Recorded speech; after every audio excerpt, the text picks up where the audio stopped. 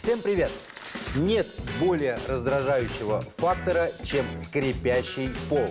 Особенно, если пол уложен недавно и дорогой, например, массивная доска. Как избавиться от этого кошмара, разбираем в сегодняшней программе.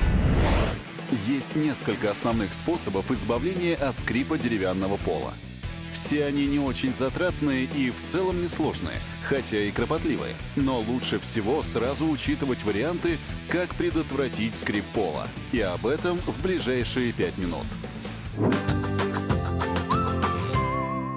Изначально причина скрипящего пола одна – это трение двух плохо подогнанных деталей. А вот ключевых мест два. Это либо плохо подогнанные половицы между собой, либо половицы с лагами. Давай же подробно разбираться, как ликвидировать эту проблему. И метод первый – расклинивание. Что такое? Как правило, это делается клинышками. То есть есть специальные клини, но это ни к чему. Просто вот нарезается вот такая вот щепочка небольшого размера. Главное, чтобы эта щепочка была толще щели. Дальше все очень просто. Щепочка, выбираем самую большую щель и забиваем туда первый клин. Дальше идем последовательно. Примерно через 50-80 сантиметров забиваем следующий. А если очень тонкая щель, но все равно скрипит? В этом случае щель можно расширить стамеской. Конечно.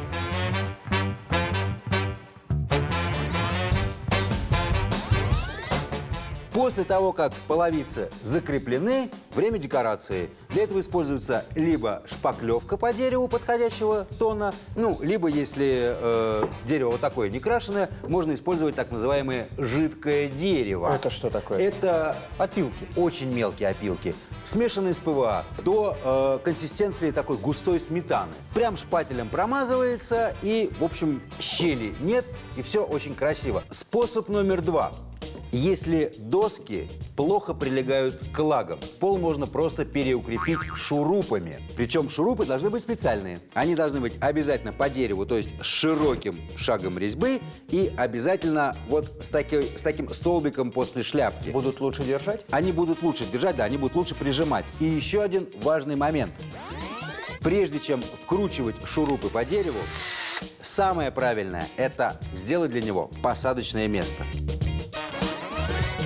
Чтобы шуруп не рвал дерево. Но вкрутить шурупы – это только полдела. Тему продолжит наш эксперт. Александр Страйков курирует строительные проекты. Его опыт показывает, что отремонтировать квартиру или построить дом – это просто, если знать миллион нюансов.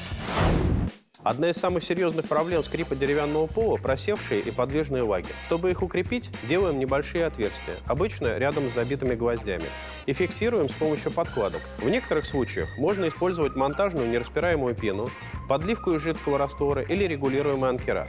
А затем нужно связать пол в единое монолитное основание для будущих покрытий. Для этого можно уложить фанеру, закрепив ее к деревянному основанию с помощью клея и саморезов. В зависимости от ровности пола используем фанеру от 12 мм. Заглубляем головки саморезов, шлифуем фанеру и получаем прочное, готовое основание. Интересный способ. Давай его попробуем. Давай. Есть пол, есть фанера. Крепить нужно не далее 3 сантиметров от края. Вкручивается по 2 самореза в каждую доску.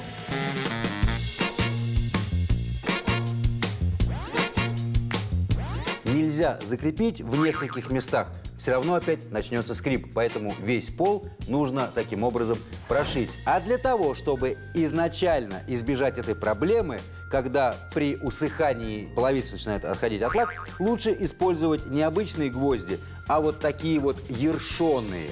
Это как бы полугвоздь, полусаморез.